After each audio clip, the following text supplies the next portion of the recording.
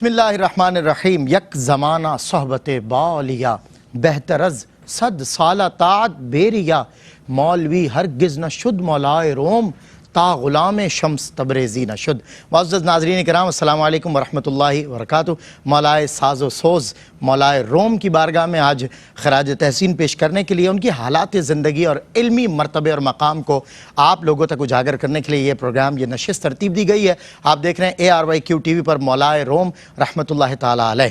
Programme کا یہ عنوان ہے، اور اس حوالے سے یہ خصوصی پروگرام جو آج اور کل کے روز آپ انشاءاللہ اسی وقت میں دیکھ سکیں گے، اور مولانا روم رحمۃ اللہ تعالیٰ علیہ کو ہم سب مل کر اپنی عقیدتیں نظر کریں گے۔ آج کے پروگرام میں گفتگو بھی کرنے کے لیے اور مولانا روم کے یہ مثنوی سے کچھ اشعار انشاءاللہ اقتباس ہیں جو کہ ثنا خاں حضرات آج اور کل پیش کریں گے۔ آج ہمارے ساتھ ممتاز و محترم علماء اکرام، جید علماء اکرام تشریف فرما ہے، مفتی محمد سہیل رضا امجدی صاحب، مفتی آصف مدنی صاحب اور ممتاز ثنا خاں الحاج محمود الحسن اشرفی صاحب۔ آپ تینوں کا خیر مقدم ہے۔ پروگرام کا ہم آغاز کریں گے، لیکن آغاز ہو تو مولائے ساز و سوز کی بات ہو تو کچھ سوز چھڑے۔ وہ مولانا روم نے کہا نا کہ نیست تارو نیست چوبو نیست پوست، از کجا می آیدی آواز دوست۔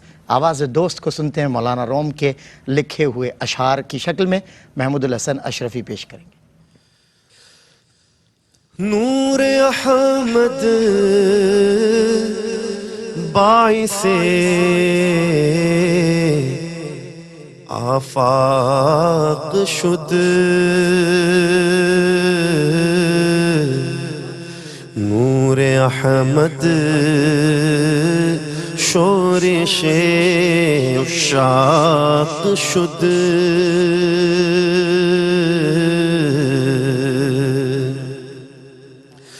گر نبود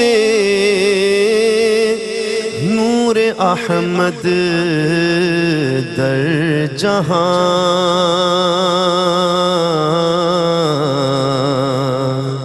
کہ شد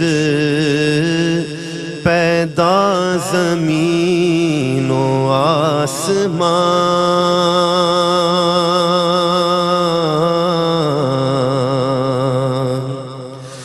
حمد معبود کے در جملہ صور،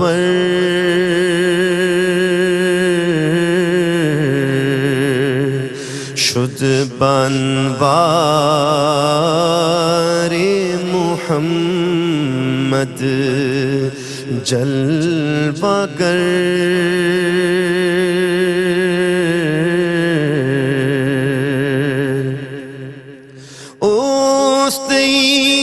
ایجاد جہاں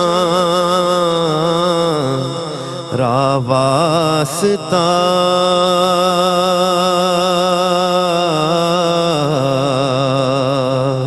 درمیان خلق و خالق رابطہ،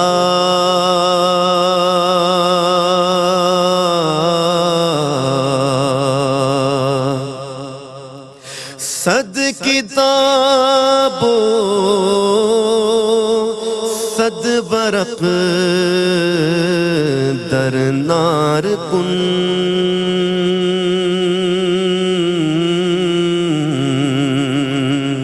روئے دل را جانب آن یار کن،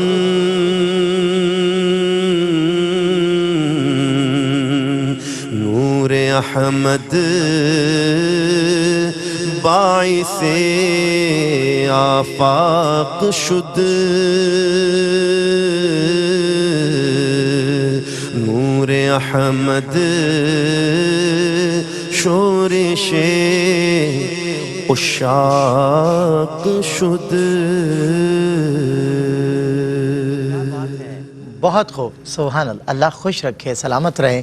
میں آغاز کرتا ہوں پروگرام کا۔ ظاہر مولانا روم کا جب نام آیا ہے تو آپ کا جائے ولادت، آپ کی ولادت، آپ کا خاندانی پس منظر، تو جس ہستی نے یہ مثنوی لکھی ہے اس کا مرتبہ، خاندانی پس منظر، ولادت، مقام ولادت سے ہم آغاز کرتے ہیں۔ مفتی سہیل رضا امجدی صاحب۔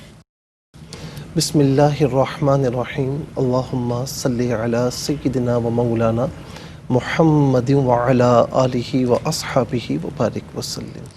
بہت بہت شکریہ قبلہ سلمان گل صاحب، اور ابھی اشرفی صاحب نے ماشاءاللہ بڑا پیارا کلام پیش کیا، اللہ رب العالمین ان کے پڑھنے میں اور زندگی نے عطا آمین فرمائے۔ اللہم۔ اچھا، جہاں تک بات ہے کہ جس وقت جنہیں ہم مولانا روم رحمۃ اللہ تعالی علیہ کے نام سے یاد کرتے ہیں، جس وقت آپ کی تشریف آوری تھی، اس وقت کا تھوڑا سا جائزہ لیا جائے تو 606 سنہ ہجری میں امام رازی علیہ رحمہ کا انتقال ہوا، وصال ہوا۔ اور امام رازی وہ ہیں کہ جنہوں نے علم کلام کو اس بلند آہنگی سے اس کا سور پھونکا کہ اس وقت علم کلام کے علاوہ کوئی آواز نہیں تھی۔ اور ہمارے جو متکلمین ہیں، انہوں نے فلاسفہ کا اور معتزلہ کا بڑا ڈٹ کر مقابلہ کیا، اور انہیں پست بھی کیا، اور ان پر فاتح بھی ہوئے، فتح حاصل کی۔ لیکن جو معتزلہ اور فلاسفہ کا جو فلسفہ تھا وہ ایک طریقے سے سرائیت کر چکا تھا۔ اب علم کلام میں قیل و قال تو بہت ہوتی ہے، ٹھیک ہے نا، لیکن پھر نگاہ معرفت ہو، زندگی ہو، محبت ہو، تو یہ عام طور پر مفقود نظر آتی ہے۔ صحیح۔ اچھا، اسی طریقے سے یہ دور ایسا چل رہا تھا کہ قیل و قال بہت تھا، لیکن جس طریقے سے تھوڑا سا پیچھے جائیں تو ہمیں نظر آتا ہے کہ امام غزالی رحمۃ اللہ تعالی جیسی علیہ، ہستیاں، امام ابو الحسن اشعری رحمۃ اللہ تعالی علیہ، تو اس پائے کا کوئی بندہ چاہیے تھا کہ جو آ کر عالم اسلام کی بدلتی ہوئی صورتحال کو مد نظر رکھے۔ پچھلے ادوار میں تو ان حضرات نے کی، جی، اور اس کے مطابق مسلمانوں کو اس راستے پر ڈالے۔ صحیح۔ تو ظاہر ہے کہ میں یہ اس لیے کہہ رہا ہوں کہ عام طور پر جب کسی چیز کی اشد ضرورت ہوتی ہے تو اللہ تعالیٰ محروم نہیں رکھتا۔ کیا بات ہے۔ اور خاص طور پر جتنے مجتہدین مجددین گزرے ہیں، ان کا معاملہ بھی ایسے ہی تھا کہ جب سخت ضرورت تھی امت مسلمہ کو تو اس وقت اللہ رب العالمین نے انہیں بھیجا، اور پھر انہوں نے آ کر اللہ تعالیٰ کے کرم سے وہ کام کیا کہ جس کام کو آج تک امت مسلمہ سراہتی نظر آتی ہے۔ تو اب ہم دیکھتے ہیں کہ اس دور میں ایک محبت کی، فیضان کی، نگاہ کی، جسے ہم کہتے ہیں نگاہ تاثیر، ان تمام چیزوں کی بڑی اشد ضرورت تھی کہ محبت کے راستے پر ڈالا جائے، اصلاح کے راستے پر ڈالا جائے۔ تو اللہ رب العالمین نے گویا کہ مولانا روم رحمۃ اللہ تعالی علیہ کو اسی کام کے لیے بھیجا۔ سبحان اللہ۔ ہم دیکھتے ہیں کہ آپ کا نام نامی جو ہے وہ محمد ہے، اور آپ کا جو لقب ہے وہ جلال الدین ہے۔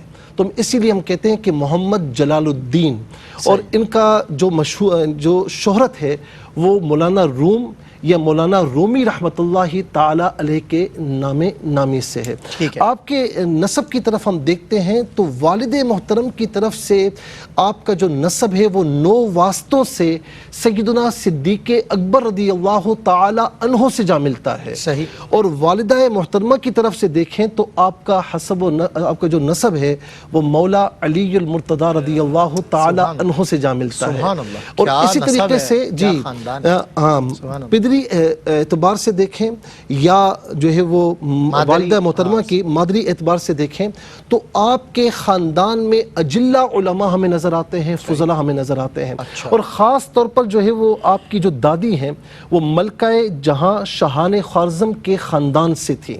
جی، اور آپ کے والد جو ہیں ان کا نام محمد ہے اور لقب بہاء الدین ہے، اور آپ اپنے دور کے ایک بہت بڑے عالم دین تھے، اور ایک بہت بڑے یوں سمجھ لیں کہ فتاوی صادر فرمانے والے تھے۔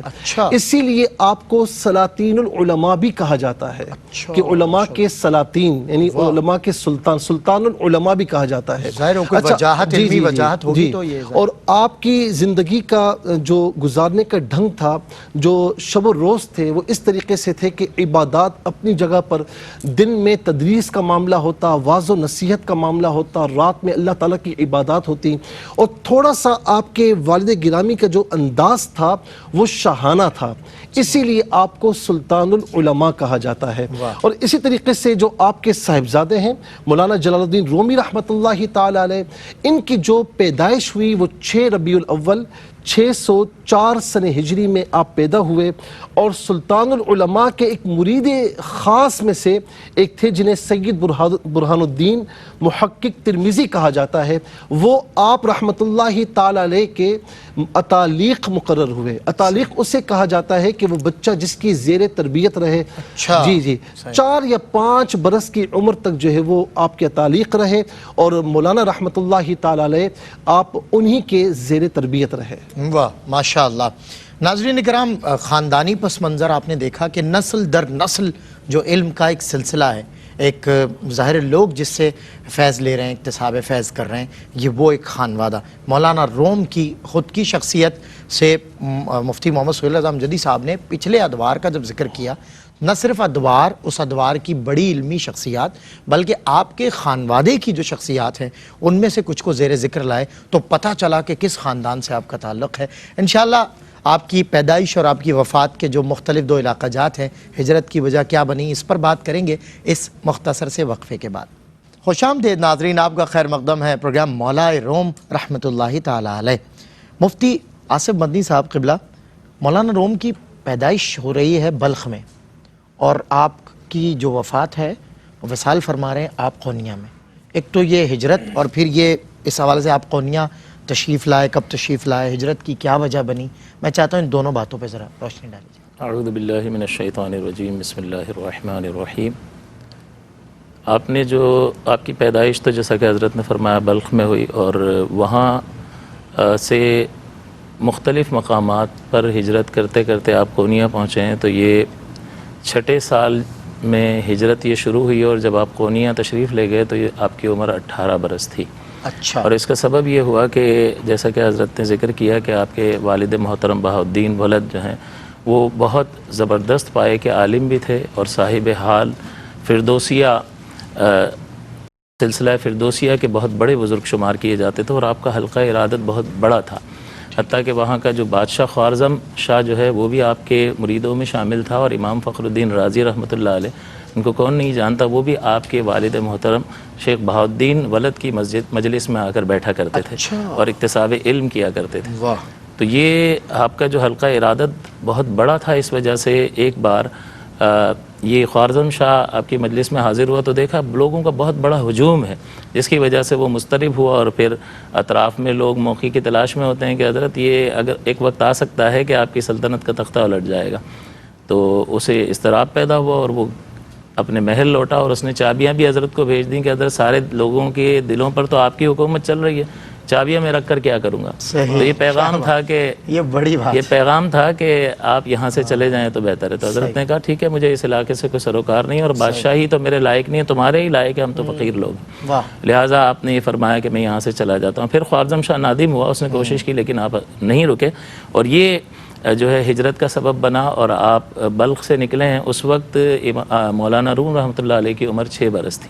وہاں سے نیشا پور سے بغداد پہنچے. بغداد کے بعد کچھ روز کے بعد حج کا ارادہ فرمایا اور حج سے واپسی پر دمشق سے ہوتے ہوئے پھر آذربائیجان کے شہر آفق اور وہاں پر تقریباً 4 سال قیام کیا اور اس کے بعد لارندہ شہر میں آپ آباد ہو گئے، وہاں پر 7 برس قائم کیا. پھر شاہ روم علاؤالدین کیقباد جو ہے وہ بھی غائبانہ طور پر آپ کے ارادت مندوں اور عقیدت مندوں میں اس کا شمار ہوتا ہے اور وہ بڑی محبت کرتا تھا آپ سے. تو اس نے وہاں قونیہ سے آپ کو خط لکھا اور دعوت دی کہ حضرت آپ یہاں تشریف لائیں. تو اس کی دعوت پر جو ہے آپ کے والد محترم لارندہ سے ہجرت فرماتے ہیں اور قونیہ تشریف لاتے ہیں. اور ایسا جاہ و جلال تھا کہ جب آپ وہاں قونیہ پہنچے ہیں تو بادشاہ خود جو علاؤالدین کیقباد جو ہے وہ خود اپنے تمام تر وزیروں کے ساتھ سرحد سے باہر آپ کو ویلکم کرنے کے لیے آیا اور کافی راستہ جو ہے وہ گھوڑے سے اتر کر پیدل چلتا رہا آپ کے قافلے کے ساتھ اور آپ کو ہر طرح کی سہولت وہاں پر مہیا کی گئی. تو یہ وہ سفر تھا کہ جو 6 برس کی عمر سے شروع ہوتا ہے اور جب آپ قونیہ اپنے والد محترم کے ساتھ پہنچتے ہیں تو آپ کی عمر 18 برس کی ہوتی ہے. کیا بات ہے. مفتی محمد سہیل رضا امجدی صاحب، ابھی ہجرت اور مختلف مقام، اس سے یہ بھی پتہ چلتا ہے کہ ایک ہی سلطنت نہیں بلکہ مختلف ظاہر علاقوں کو، مختلف ملکوں کو آپ نے جو ہے اپنے تعلیمی سفر میں شامل کیا. تعلیمی سفر کو میں کیسے دیکھتا ہوں اور کن اساتذہ کے جو ہے آپ ظاہر ان کے آگے آپ نے زانوِ تلمذ کیا؟ دیکھیں میں نے اس سے پہلے بھی عرض کیا کہ آپ کے والد محترم جو ہے وہ ایک بہت بڑے عالم دین تھے. صحیح. جس طرح میں نے عرض کیا حضرت نے بھی فرمایا خاص طور پر جو ہے وہ دوشنبہ کے دن یعنی پیر کے دن اور جمعے کے دن آپ واعظ و نصیحت فرمایا کرتے.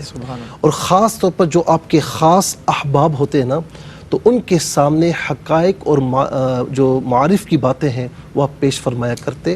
اور روایات میں ہے آپ کے حیات طیبہ میں ہے کہ اکثر مستغرق رہتے اور متفکر رہتے. جی تو آپ کے جو فرزند ارجمن ہیں مولانا جلال الدین رومی رحمۃ اللہ تعالی علیہ، جس طرح میں نے عرض کیا کہ شروع سے لے کر ایک عرصے تک سید برہان الدین محقق ترمذی وہ ان کی زیر تربیت رہے، جیسے آپ نے اور آپ کے والد محترم بھی ایک طریقے سے آپ کے استاد ہیں، وہ بھی آپ کے استاد ہیں. اور پھر اس کے بعد آپ کے جو تعلیمی جو اسفار ہیں وہ بھی باقاعدہ کتابوں میں درج ہیں. مثال کے طور پر 630 سن ہجری میں مولانا نے مزید علوم کی تکمیل کے لیے اور اکتساب فیض کے لیے شام کا سفر کیا اور حلب میں وہاں پر نزول فرمایا. اچھا اس دور میں سلطان صلاح الدین کے ایک بیٹے تھے جن کا نام الملک الظاہر تھا.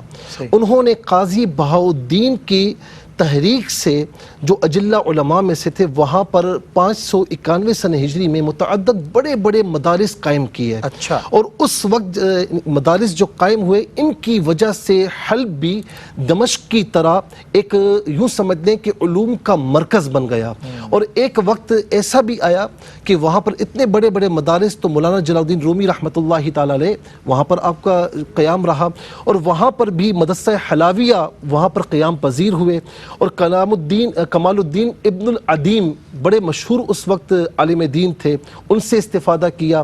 یہاں پر بھی اگرچہ تحصیل علم میں مصروف رہے لیکن آپ کے ساتھ رہنے والے یہ کہتے ہیں کہ آپ کا کمال یہ تھا کہ بظاہر طالب علم بن کے وہاں پر آئے اور علوم کی تحصیل میں مصروف رہے، لیکن مشکل سے مشکل مرحلہ کتابوں میں خاص طور پر جب ہم پڑھتے ہیں تو بڑے مشکل مراحل آتے ہیں، لیکن یہ آپ کا کمال تھا کہ مشکل سے مشکل مراحل آتے تو آپ بڑی آسانی کے ساتھ ان کا حل جو ہے وہ پیش فرما دیا کرتے. یہ آپ کا کمال تھا.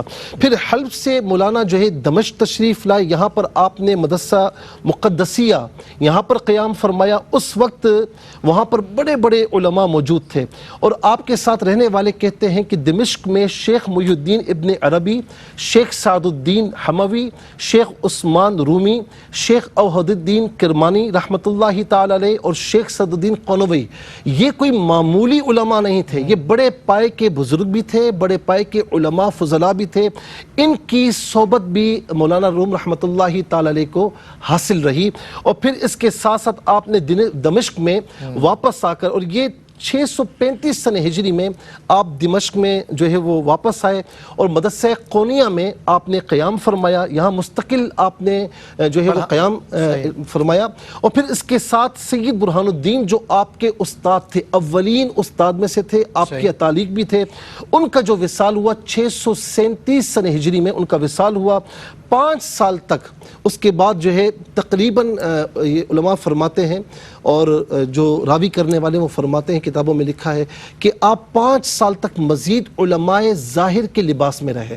یعنی اس وقت تک آپ ایک عالم دین تھے، درس و تدریس فرماتے، درس و تدریس فرمایا کرتے تھے اور فتاوی صادر فرماتے. آپ کے والد گرامی بھی جہاں پر رہا کرتے، آس پاس جہاں بھی مشکل استفتاء ہوتے وہ آپ کے پاس آتے اور آپ کے والد گرامی ان کا حل فرماتے. اسی طریقے سے مولانا روم رحمۃ اللہ تعالی علیہ کے پاس بھی شہر میں ہو یا شہر کے گرد و نواح میں ہو، جو مشکل استفتاء ہوتے آپ کے پاس آتے اور آپ ان کا حل پیش فرمایا کرتے. جی ایکسپرٹ تھے علوم میں، تمام علوم میں ایکسپرٹ تھے، فتاوی میں ایکسپرٹ تھے.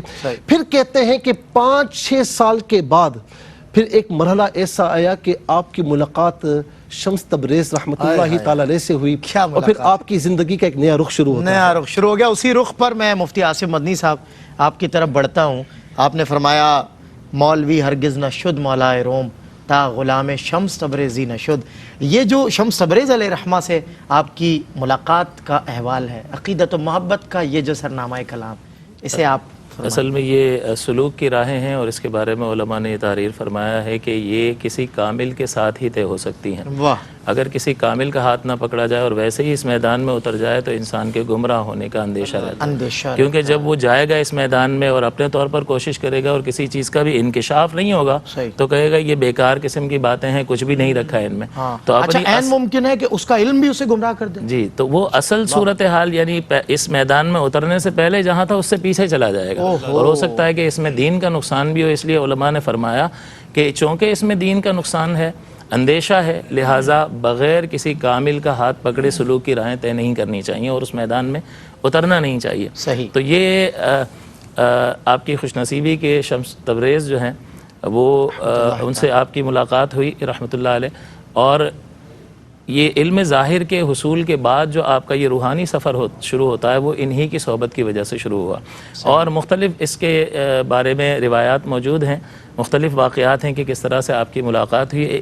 3-4 طرح سے اس کو بیان کیا گیا ہے۔ مشہور بات یہ ہے، زیادہ جس پر اعتماد کیا گیا کہ ایک بار شمس تبریز رحمۃ اللہ علیہ جو ہے وہ ایک مقام سے گزر رہے تھے تو دیکھا کہ مولانا روم رحمۃ اللہ علیہ چند اپنی کتب کے ساتھ اور اپنے تلامذہ کے ساتھ ایک حوض کے گرد آپ تشریف فرما ہیں، اور اپنے وعظ اور نصیحت کا سلسلہ جاری ہے۔ تو شمس تبریز نے ملاحظہ فرمایا اور پوچھا کہ یہ کتابیں کیا ہیں؟ فرمایا کہ یہ قیل و قال ہے، تم اسے کیا جانو؟ اللہ تو آپ ذرا جلال میں تشریف لائے اور آپ نے ساری کتابیں اس حوض میں ڈال دی۔ اللہ اکبر۔ تو مولانا روم بڑے پریشان ہوئے کہ بھائی یہ ایسی نایاب کتب تھیں اور اس میں ایسے نکات موجود تھے کہ اب ڈھونڈنے سے بھی تلاش و بسیار کے بعد بھی یہ حاصل نہیں ہوں گے، یہ آپ نے کیا کیا؟ صحیح۔ جب وہ اتنے پریشان نظر آئے تو شمس تبریز نے اس حوض میں ہاتھ ڈالا اور وہ کتابیں باہر نکال کے سامنے رکھ دیں، خشک اور صفحات جب انہوں نے مولانا روم نے اسے جھاڑا اور دیکھا تو سارے پنے خشک تھے اور اس سے گرد نکل رہی تھی۔ اللہ اکبر۔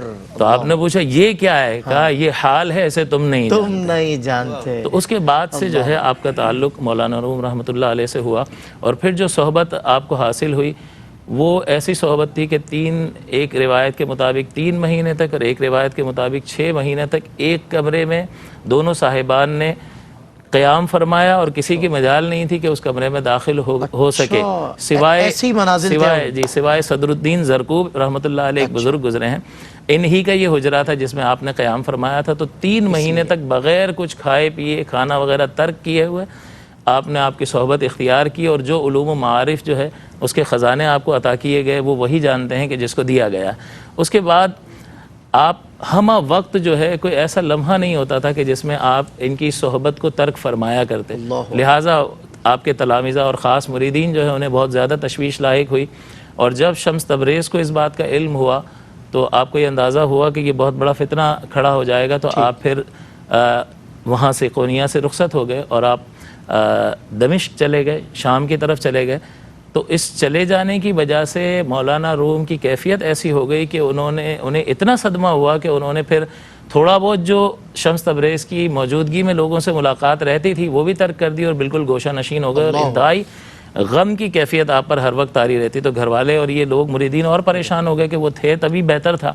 تو بہرحال بہت مدت کے بعد آپ نے شام سے ایک خط لکھا شمس تبریز نے کہ میں یہاں موجود ہوں، تو پھر ان کے مریدین جو ہے انہوں نے معذرت کی اور حضرت کو منا کر جو ہے دوبارہ واپس لے آئے، اور پھر دوبارہ سے جو یہ صحبت کا سلسلہ شروع ہوا۔ کیا کہنے، ماشاءاللہ خوبصورت، اور ایسے واقعات اور ایسی شخصیات جب انسان کے ذہن نشین ہوں اور پھر علماء وقت اس پر کلام کر رہے ہوں جو مستند کلام ہوتا ہے، تو فینٹیسی یعنی ایک خیالی مناظر ہوتے ہیں جو غالب ہوتے ہیں سوچ پر۔ کیا خوبصورت مناظر ہیں اور کیا خوبصورت زندگی ان شخصیات کی جس پر نگاہ ڈال رہے ہیں وقت کے علماء۔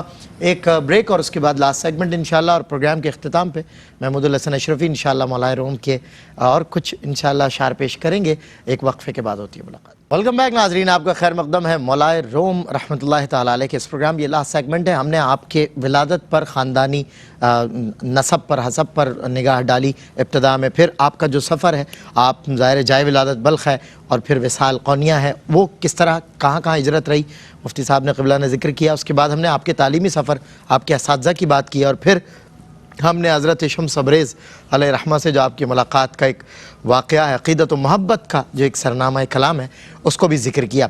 اب میں مفتی صاحب آپ سے یہ جاننا چاہتا ہوں کہ اب علم پر بات ہو گئی، اساتذہ پر بات ہو گئی، ہجرت، تعلیمی سفر ہو گیا، آپ کا زہد و قناعت کا معاملہ، آپ کی ریاضت و مجاہدات کے معاملات بھی زیر بحث آنے چاہیے۔ ریاضت و مجاہدات کا معاملہ ہو یا زہد و قناعت ہو یا آپ کا تصوف کے راستوں پر آنا ہو، یہ سارا جو فیض تھا شمس تبریز رحمۃ اللہ تعالی علیہ کا فیض تھا۔ اللہ اکبر۔ جس طرح مولانا نے فرمایا نا کہ وہ تشریف لائے، پھر 2 مرتبہ آپ کے حالات میں کہ وہ غائب بھی ہوئے۔ اچھا جی، ایک تو جو شعر آپ نے پڑھا کہ مولوی ہرگز نہ شد مولائے روم، حالانکہ پہلے مولوی تھے، لیکن معاملہ کیا تھا کہ ان سے ملاقات کے بعد جو تصوف کی راہیں کھلیں، جو طریقت کے راستے کھلے، تو ان کو معلوم یہ ہوا کہ مولوی ہوتا کون ہے، ہوتا کون، ہاں اصل میں علم ہوتا کیا ہے۔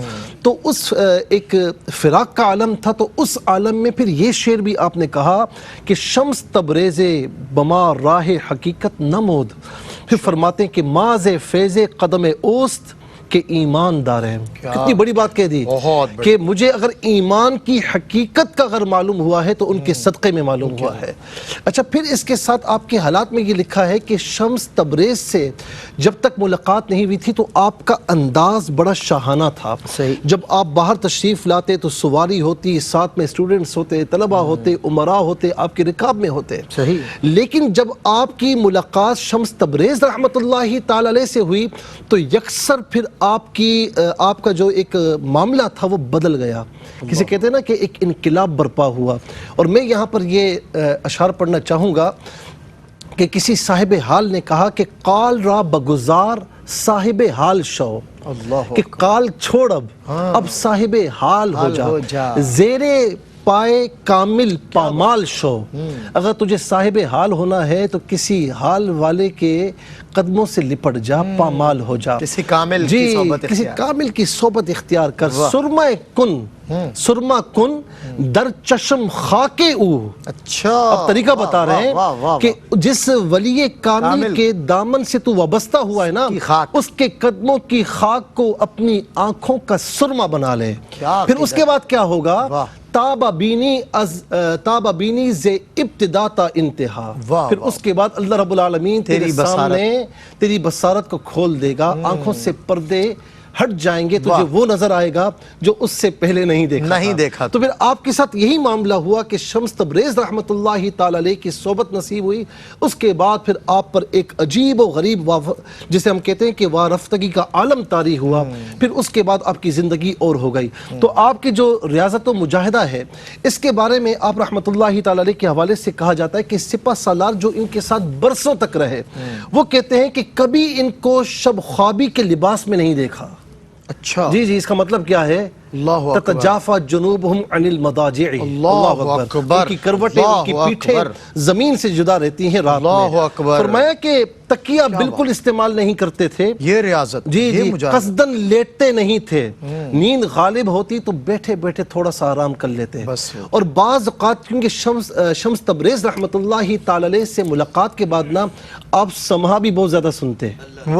جی وارفتگی۔ اور اس وقت جب سماع سنتے تو حاضرین موجود ہوتے، آپ کے طلبہ موجود ہوتے، ان پر نیند طاری ہوتی، تو آپ ان کو دکھانے کے لیے تھوڑا سا یوں آنکھیں بند کر لیتے، جب وہ سو جاتے تو آپ پھر جاگ اٹھتے، اور اس کے بعد اللہ رب العالمین کی بارگاہ میں عبادات کا سلسلہ شروع ہو جاتا۔ اچھا، نماز کی کیفیت کیا تھی؟ فرمایا کہ جب نماز کے لیے کھڑے ہوتے تو چہرہ آپ کا زرد ہو جاتا، اور فرمایا جاتا ہے کہ نماز میں انتہائی استغراق کا عالم ہوتا۔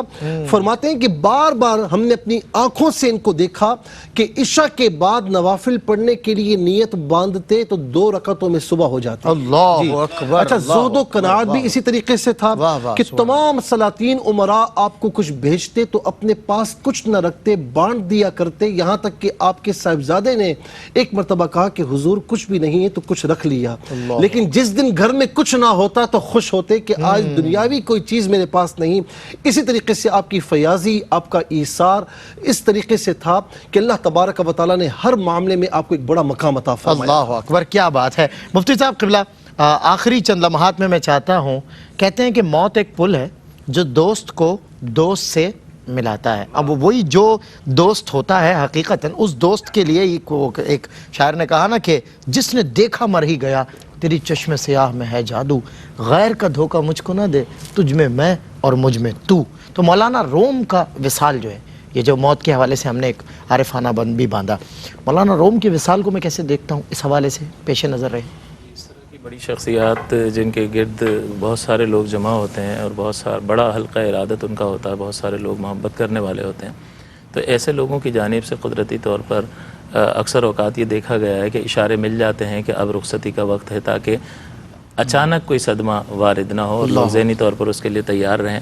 تو آپ کے وصال سے کچھ عرصہ پہلے کونیا شہر میں بہت بڑے بڑے زلزلے آئے اور اس کے جھٹکے جو ہے 40 روز تک محسوس کیے. اللہ لوگ آپ کے پاس آ کر سوال کرتے کون جانے لگا یہ کیا ہے. اللہ اکبر. تو آپ نے فرمایا کہ زمین جو ہے وہ بھوکی ہے اور تر لقمہ چاہتی ہے اللہ اکبر. اور ان قریب اس کی مراد پوری ہوگی. تو اس کے بعد سے آپ کی طبیعت جو ہے وہ خراب رہنے لگی, بیمار رہنے لگے. بہت بڑے بڑے اطباء نے آپ کا علاج کرنے کی کوشش کی لیکن افاقہ نہیں ہوا اور یہ خبر پھیلتی گئی. تو شیخ محی الدین ابن عربی ان کے خاص اکابر خلفاء میں سے ایک صاحب تھے صدر الدین قونوی رحمۃ اللہ علیہ, وہ اپنے مریدین کے ساتھ آپ کی عیادت کے لیے تشریف لائے اور آپ کی اس بیماری کو اور کمزوری کو دیکھ کر آپ نے اللہ کی بارگاہ میں دعا کی کہ اللہ تعالیٰ آپ کو جلد شفا عطا فرمائے. تو آپ نے فرمایا مولانا شفا آپ کو مبارک ہو, کیا آپ یہ نہیں چاہتے کہ محبوب اور محب کے درمیان فقط ایک پردے کا فاصلہ رہ گیا, وہ بھی اٹھ جائے اور نور نور میں مل جائے. آپ کا یہ کہنا تھا اور مولانا یہ سمجھ گئے اور روتے ہوئے وہاں سے تشریف لے گئے اور یہ بات پھر مشہور ہوئی. تو لوگ آپ کی عیادت کے لیے تشریف لاتے رہے, چونکہ یہ بات مشہور ہو گئی. تو اس کے بعد جو ہے کس کو خلیفہ مقرر کرنا ہے, کوئی قرض ہے تو وہ ادا کرنا ہے, اس طرح کی چیزیں جو ہے نماز جنازہ وغیرہ کون پڑھائے گا, تو وہ ساری چیزیں پوچھی گئیں. تو حسام الدین چلپی رحمۃ اللہ علیہ ان کو آپ نے اپنے خلیفہ کے طور پر نامزد فرمایا, حالانکہ آپ کے بیٹے سلطان ولد جو بہت بڑے عالم اور عارف تھے, تصوف کو بھی جانتے تھے اور علم میں بھی ایک بہتر مقام رکھتے تھے, آپ نے ان کو مقرر نہیں فرمایا بلکہ حسام الدین. حکمت کیا ہو سکتی ہے کہ بیٹے اولاد زیادہ اہل جس کو آپ نے ملاحظہ فرمایا, چاہے اولاد ہی کیوں نہ اس کے مد مقابل ہو. ہاں یہ لوگ کیا مثال قائم کی ہے. تو آپ نے انہیں مقرر کیا اور پھر جو نماز جنازہ کون پڑھائے گا اس کے بارے میں سوال ہوا, تو انہی کا نام لیا صدر الدین قونوی جو محی الدین ابن عربی رحمۃ اللہ علیہ کے خاص خلیفہ ہیں. لیکن جب وہ نماز جنازہ پڑھانے کے لیے وہ کھڑے ہوئے تو وہ غم اتنا طاری تھا کہ وہ بے ہوش ہو گئے, اور پھر قاضی سراج الدین نے آپ کی نماز جنازہ پڑھائی. اور آپ کے وصال کا جو منظر تھا اس میں جب آپ کا انتقال ہوا اور جنازہ تیار کر کے لے جایا جانے لگا, تو اس وقت ہر طبقے سے تعلق رکھنے والا فرد جو ہے آپ کے جنازے میں موجود تھا. کثیر ہجوم تھا اور یہودی اور عیسائی بڑی تعداد میں موجود تھے, اور توریت اور انجیل آگے آگے پڑھتے جا رہے تھے. اور ان سے پوچھا گیا کہ تمہارا ان سے کیا تعلق ہے, کہا ہمارے لیے گویا کہ یہ موسیٰ یا عیسیٰ کی طرح تھے. اللہ تو یہ غیر بھی ہدایت پر لانے والے, یہ غیر بھی جو ہے وہ اس طرح سے آپ سے محبت کرتے تھے, اور اتنا ہجوم تھا کہ 6-7 بار تابوت ٹوٹ گیا اور تابوت تبدیل کرنا پڑا. اور پھر اس طرح سے صبح کے وقت آپ کا جنازہ نکلا اور شام کو قبرستان پہنچا. اللہ اکبر. صاحب بہت شکریہ قبلہ صاحب, بہت نوازش. محمود بھائی جزاک اللہ, آپ تشریف آپ ہی کے انشاءاللہ. مولا ساز و سوز کی بات ہے تو کچھ ساز و سوز ہمارے ترنم میں ہو انشاءاللہ. جو منقبت پڑھیں گے وہ حضرت قبلہ پیر صاحب زادہ معین الحق گیلانی صاحب گولہ شریف والے, ان کے قلم سے رقم کردہ ہے, اور محمود الحسن اشرفی انشاءاللہ پڑھنے کی سعادت حاصل کر رہے ہیں. دل میرا کیا کہ ایک شعر میں اس انداز سے پڑھوں. مولانا روم کا یہ جو کیفیات عشق و محبت اور وارفتگی کی بات ہے, مولانا روم نے مثنوی میں لکھا, ہر چبینی یار غست اغیار نیست, غیر او جز وہم و جز پندار نیست. اجازت دیجئے, السلام علیکم ورحمۃ اللہ وبرکاتہ. نور احمد ہے حقیقت کی ضیا, مولا روم. نور احمد ہے حقیقت کی ضیا مولائے روم بارک اللہ مرحبا صد مرحبا مولائے روم نور احمد ہے حقیقت کی ضیا مولائے روم نغمہ حق آپ نے چھیڑا دائے خاص سے نغمہ حق آپ نے چھیڑا ادائے خاص سے بن گیا ساز حقیقت کی صدا مولائے روم بن گیا ساز حقیقت کی صدا مولائے روم نو بہار عشق اور لطف و سرور جان و دل نو بہار عشق اور لطف و سرور جان و دل